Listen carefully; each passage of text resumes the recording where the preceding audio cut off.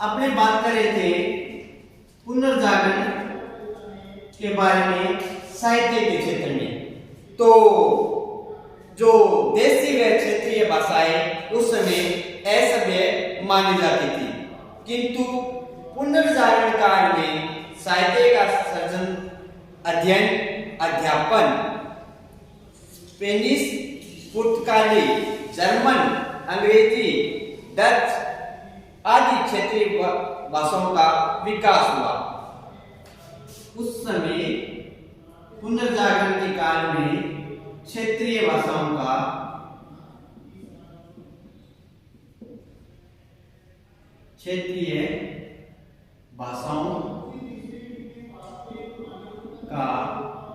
महत्व बढ़ा। Spanish,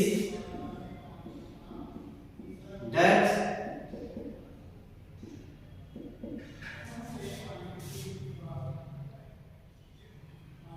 French,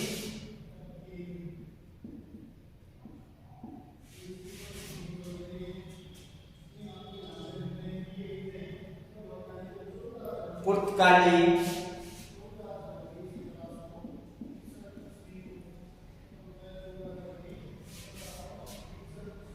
German, अंग्रेजी, जो भाषाएं थी उनका काफी विकास हुआ पुनर्जागरण के काल में। मध्यकालीन साहित्य का मुख्य विषय वस्तु चर्च था। पुनर्जागरण काल साहित्य में मध्य विषयों के स्थान पर मनुष्य के जीवन, उसके कार्यकलाप को महत्व दिया गया। जो मध्यकाल था उसमें जो केंद्र बिंदु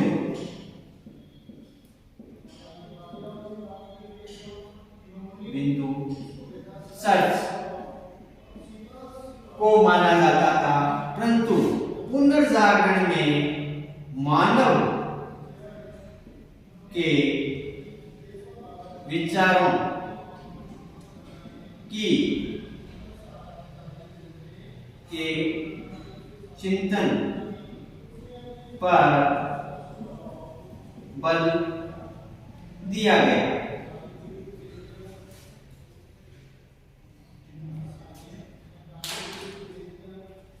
इटली के फ्लोरेंस निवासी, इटली के फ्लोरेंस निवासी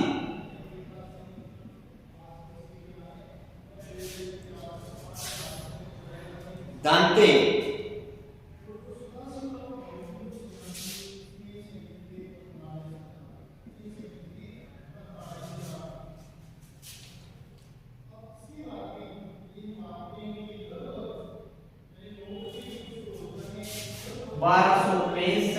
से लेके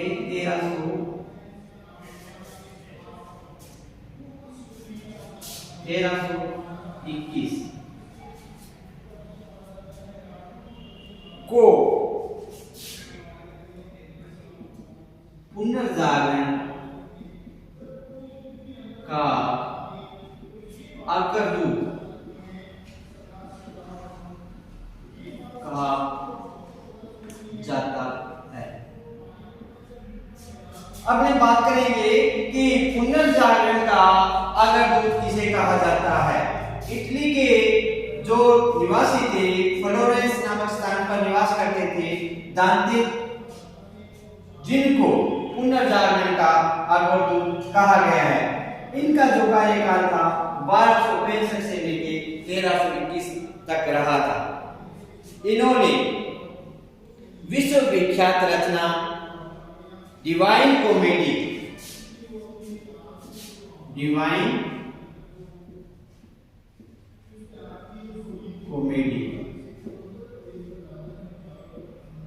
इनकी विश्व विख्यात रचना है।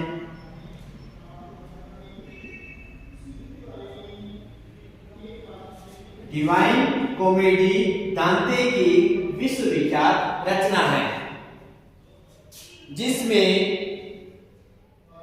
ईसाई कहानियां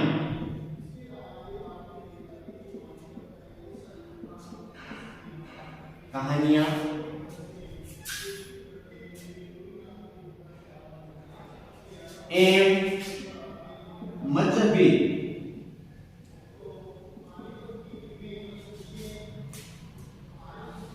शास्त्रों की चर्चा की गई है। जो विश्वविख्यात दांते की रचना है डिवाइन कॉमेडी, उसमें ईसाई कहानियां एवं मजहबी शास्त्रों की चर्चा की गई है। दांते की दूसरी रचना डी मोनाकिरिया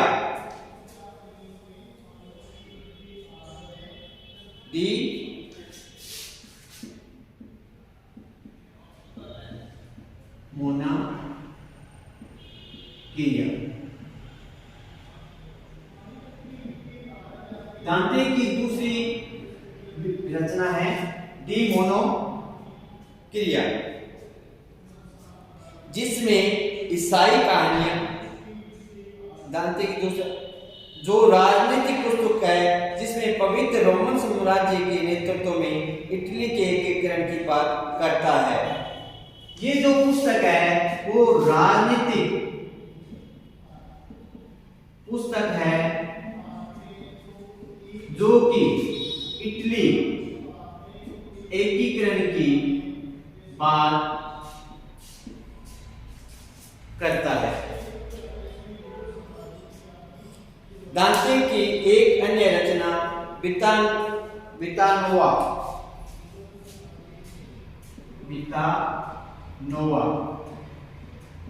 दांते की अन्य रचना है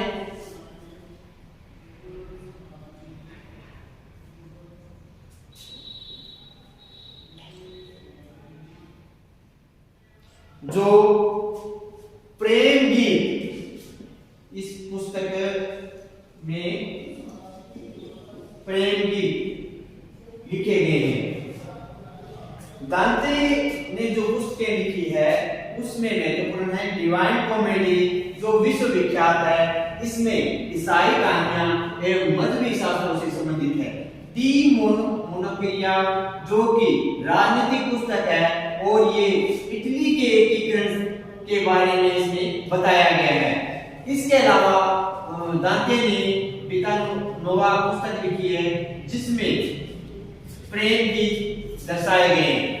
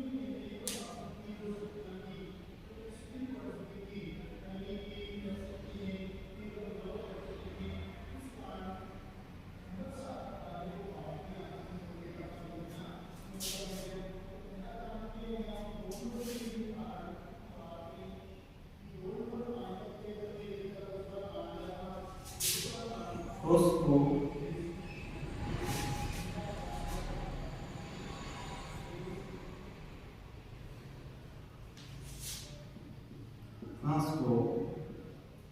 निवासी पेट्रा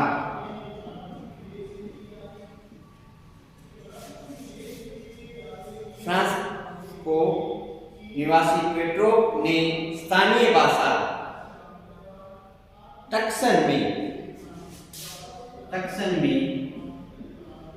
वहां की जो स्थानीय भाषा है टक्सन, उसमें प्रेम गीत लिखे।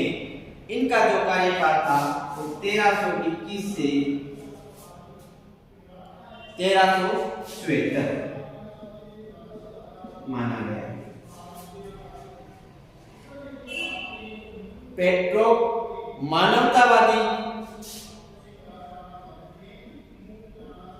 मानवतावादी दृष्टिकोण से संबंधित थे, इसलिए उसे मानवतावाद का जनक कहा जाता है। पेट्रो को मानवतावाद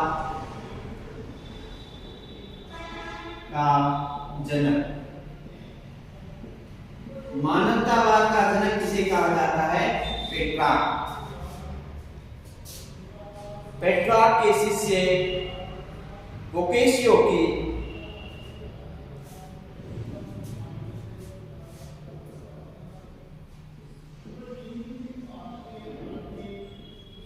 पेट्रो का जो शिष्य था उसका नाम था बोकेशियो।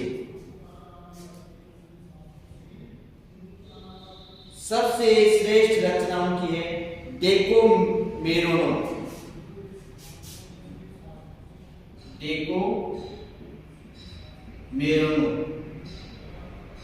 डेकोमेरोन ये इनकी सर्वश्रेष्ठ रचना है।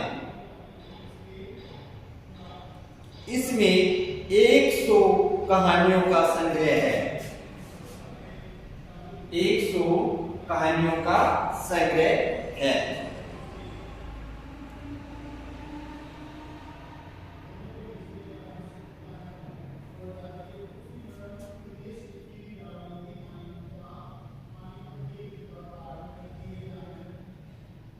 अंग्रेजी साहित्य के पुनर्जागरणकारी कवि जाफ्रे जोसर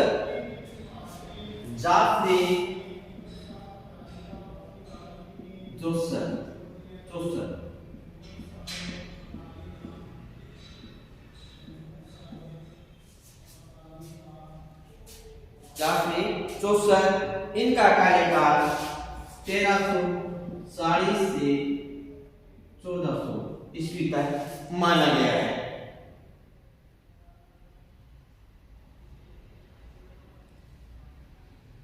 अंग्रेजी काव्य का पिता कहा जाता है।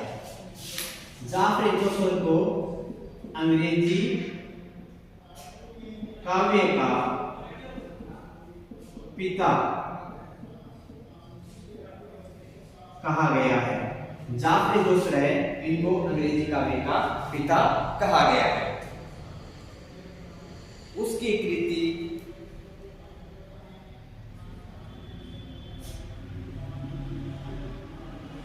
कैंटरबरो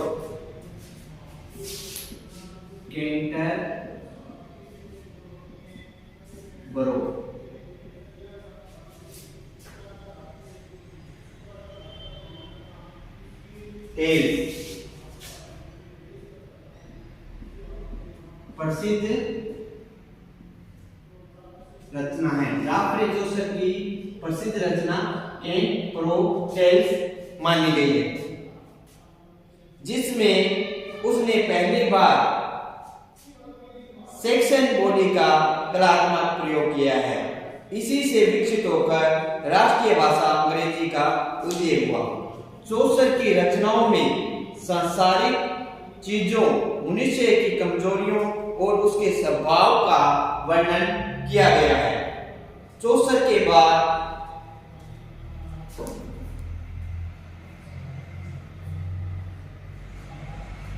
टॉम सुमर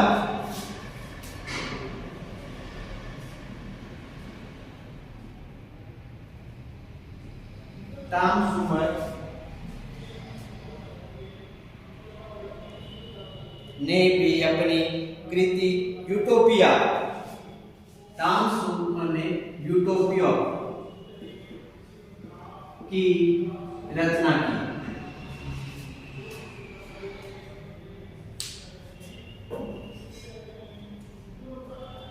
ये एक आदर्शवादी समाज की कल्पना की है।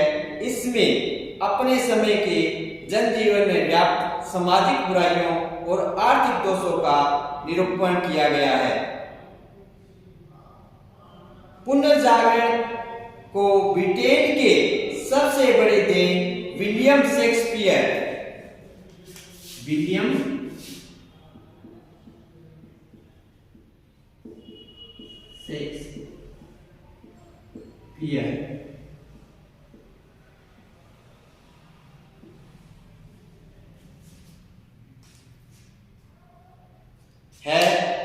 जिसको एक महान कवि एवं नाटककार माना जाता है, उसने नाटक द्वंद्व को प्रस्तुत करते हैं जो सामंतों और मध्यवर्गीय समाज के मध्य पैदा हो गया था। इनके प्रमुख नाटकों में रोमियो जूलियट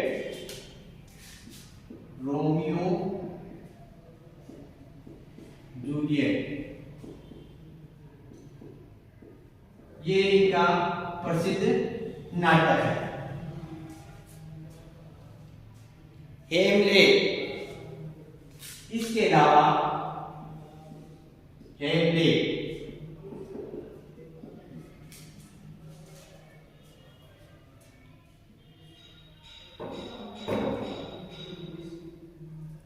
मैकबेथ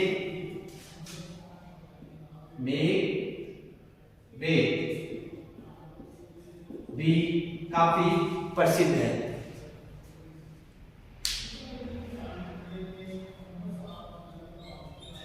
अब अपनी बात करेंगे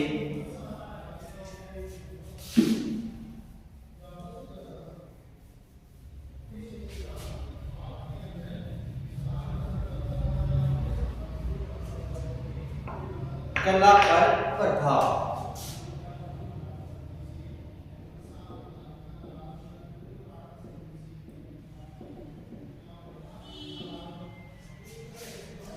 इस काल में कला के हर क्षेत्र में पुरानी परंपरा को त्याग कर एक नई स्वतंत्र शैली का विकास हुआ। पुनर्जागरण काल के चित्रकारों ने मजहबी विषय वस्तु को नहीं छोड़ा और मुख्यतः ईसा और मरियम से संबंधित विषय कानून को ही चित्रित किया, लेकिन उन चित्रों को प्रस्तुतिकरण मानवीय और लौकिक था। प्लास्टर और लकड़ी के फलक के स्थान पर कैनवास का इस्तेमाल शुरू हुआ। तेल चित्रों की परंपरा शुरू हुई। इस काल में लियोनार्डो दा विंची एक चित्रकार और मूर्तिकार के अतिरिक्त वैज्ञानिक, गणितज्ञ, इंजीनियर और संगीतकार व दार्शनिक भी था, जिसके विचारों में लास्ट और मोनालिसा अनुपम है। व्यक्ति नहीं बल्कि विभिन्न जीवन मूल्यों के प्रतिनिधि लगते हैं।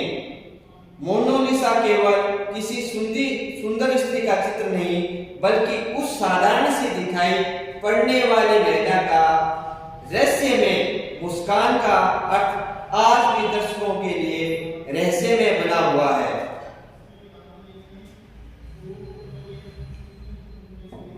अब अपने बात करेंगे विज्ञान के क्षेत्र में प्रभाव।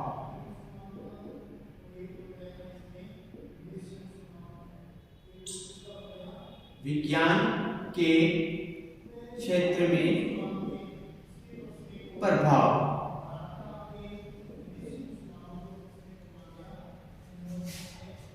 पुनर्जागरण का विज्ञान पर भी प्रभाव पड़ा।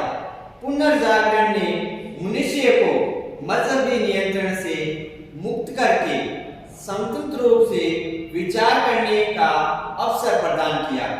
नवीन दृष्टिकोण से मानव मन में प्रकृति के रहस्य को जानने की लालसा पैदा हुई। 16वीं शताब्दी से तो यूरोप में वैज्ञानिक क्रांति का युग आ गया। पोलैंड के वैज्ञानिक कोपरनिकस ने बताया पृथ्वी एक उपग्रह है जो सूर्य की ओर चारों ओर घूमती है। इटली के वैज्ञानिक ने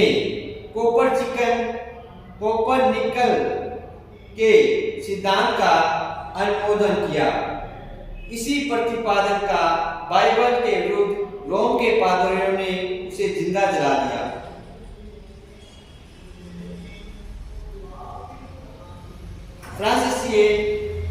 फ्रांस के गणितज्ञ एवं दार्शनिक देकार्त ने बीजगणित का ज्यामिति में प्रयोग करना सिखाया और इटली वासी गैलीलियो ने पेंडुलम का सिद्धांत, वायु मापन यंत्र और दूरबीन का आविष्कार किया।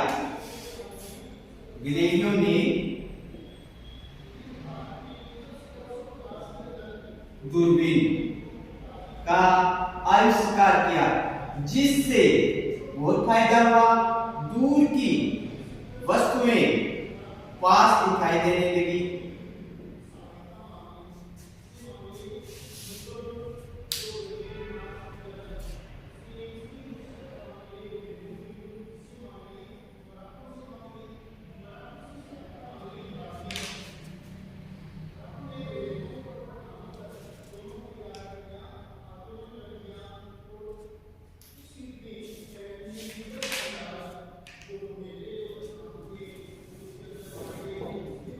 मानवतावाद।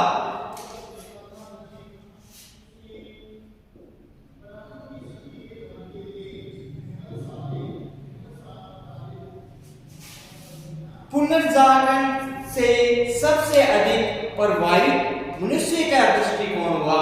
अब मनुष्य की दिलचस्पी ईश्वर में न होकर मनुष्य में हो गई। मानवतावादी चिंतकों ने मजहबी ग्रंथों के वैराग्य और आध्यात्मिकता को छोड़कर सौंदर्य, माधुर्य, प्रेम और भौतिक सुखों का जीवन का सार स्वीकार किया। पुनर्जागरण के परिणाम।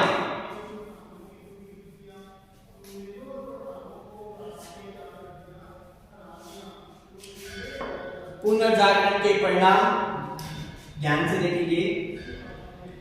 पुनर्जागरण के परिणाम।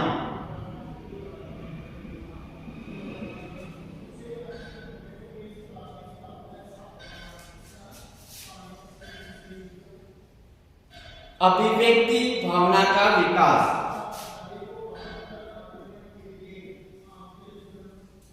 अभिव्यक्ति भावना का विकास।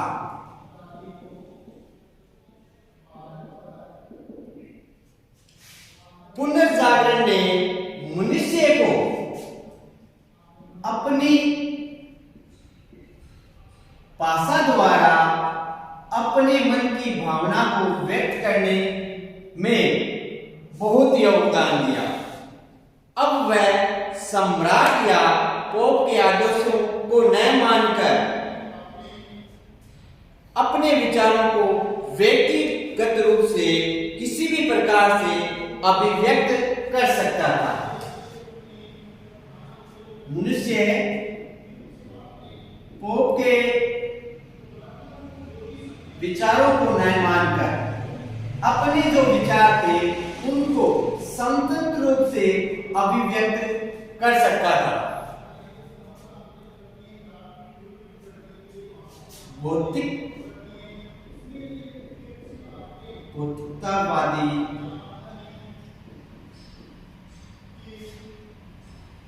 दृष्टिकोण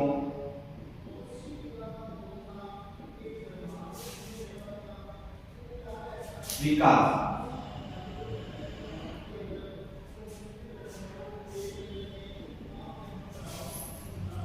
पुनर्जागरण ने मनुष्य को भौतिकतावादी बना दिया। मध्यकालीन मजहब केंद्रित सभ्यता को आधुनिक मानव केंद्रित सभ्यता बना दिया।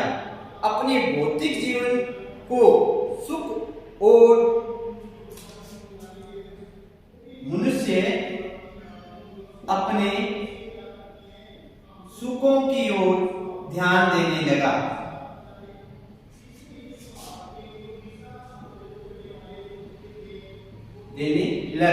जिसके परिणाम स्वरूप उसके रहन सहन, खान पान, वेशभूषा, शिक्षा इत्यादि में काफी बदलाव आया, जिसके परिणाम स्वरूप उसने अपने भौतिक जीवन की तरफ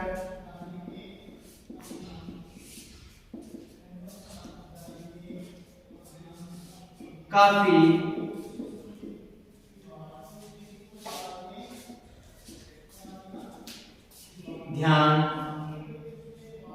देना शुरू किया।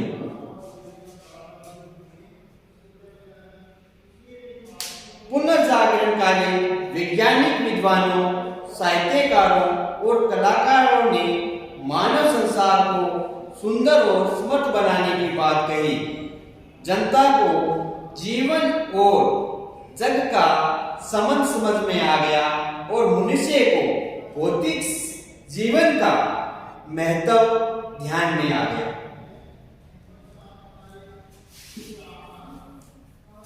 वैज्ञानिक दृष्टिकोण का विकास।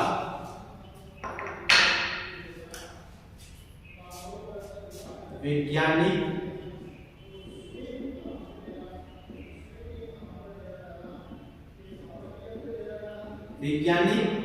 दृष्टिकोण का विकास।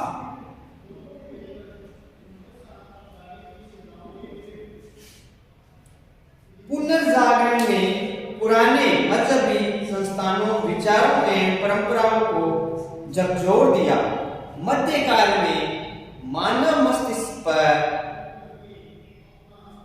मजहब का जो विशेष प्रभाव था उसे पुनर्जागरण के द्वारा दूर कर दिया।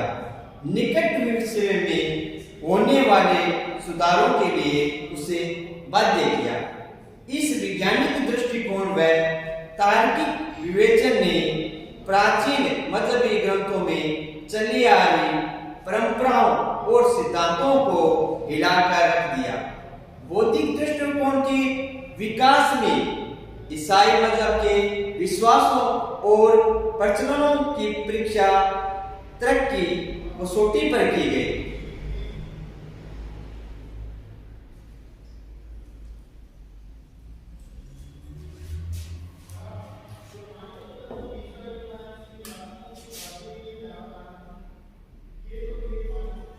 पुरातन के प्रति मोह भंग होना। यूरोप में मध्यकाल के लोगों को पुरातन ज्ञान में कोई रुचि नहीं रही। राष्ट्रीयता का विकास।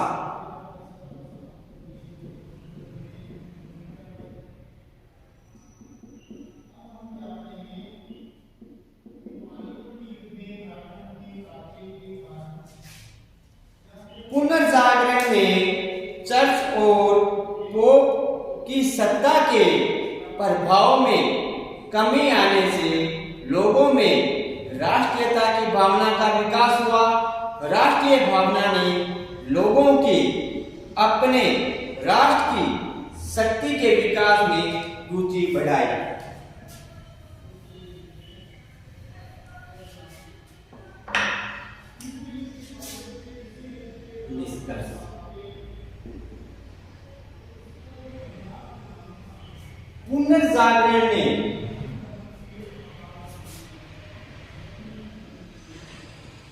पुनर्जागरण ने पुरानी परंपराओं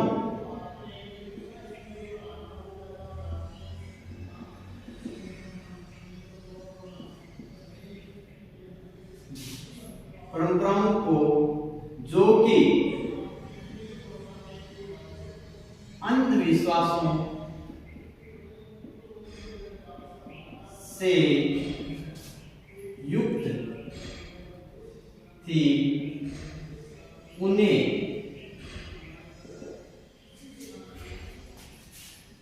छोड़ने के लिए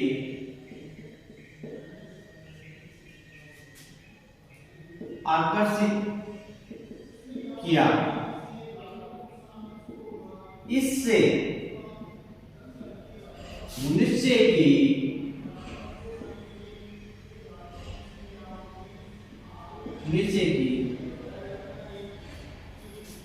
नवीन विचारधारा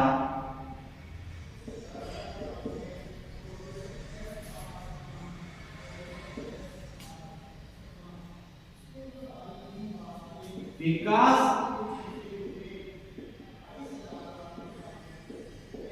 के साथ साथ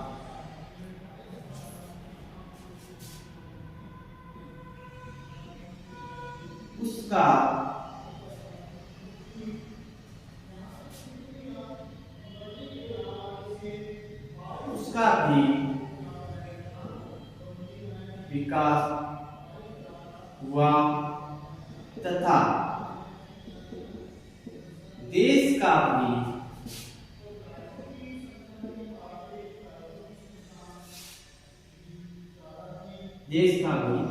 हुआ।